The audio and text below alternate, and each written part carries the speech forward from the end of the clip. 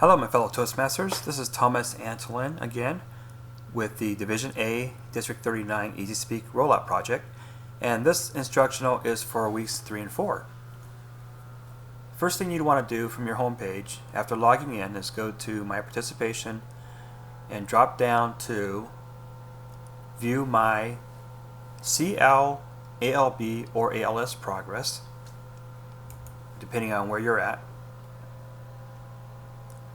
What you want to do is get your manual, if you're working in the CL manual for example, and go ahead and select any of these buttons to indicate where you've been evaluated for any one of the speech projects in a specific role. For example, if you are evaluated as awe counter under listening and leadership, which is project 1 of the CL manual, then go ahead and select this pencil icon to edit that.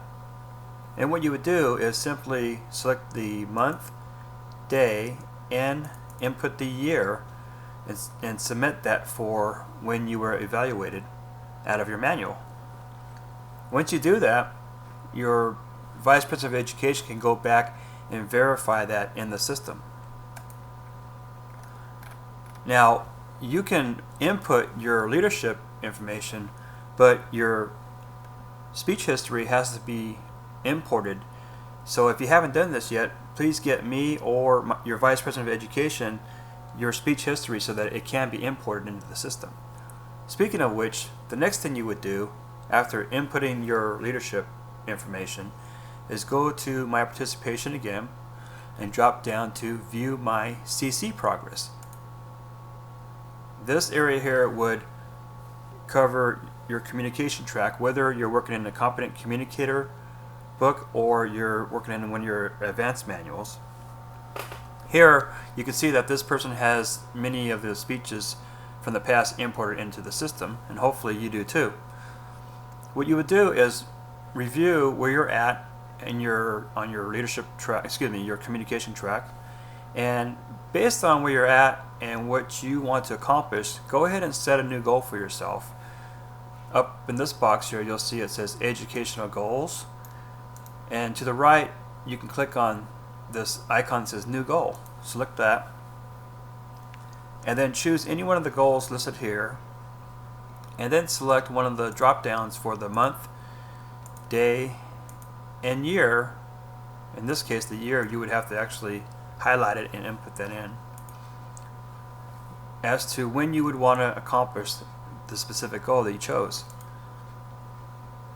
Now in this case, this person has set a goal, and it says here that in order to accomplish this goal, it would actually require a certain amount of weeks per speech.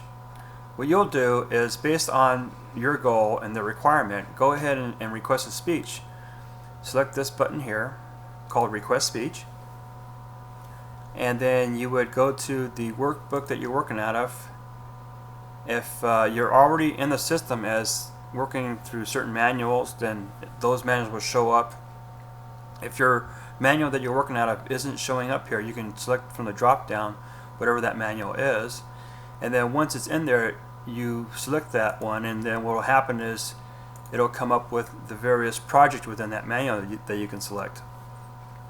In addition to selecting the workbook and speech project, you would want to go to preferred dates. Here, based on your meeting schedule, you can select an available spot to speak. For example, in our meetings it shows here that November 3rd, that meeting is full with 4 speakers.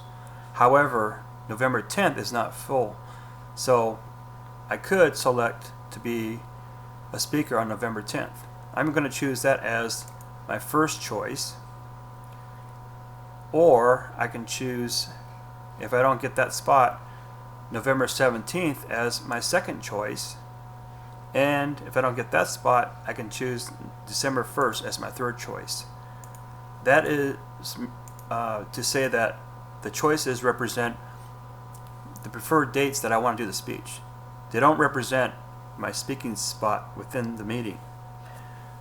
Okay, so that is how you request a speech, and once you do that, your Vice President of Education can then schedule you in to speak based on what you requested. So that is what you do for weeks 3 and 4, as well as what you did previously for weeks 1 and 2 for the easySpeak rollout.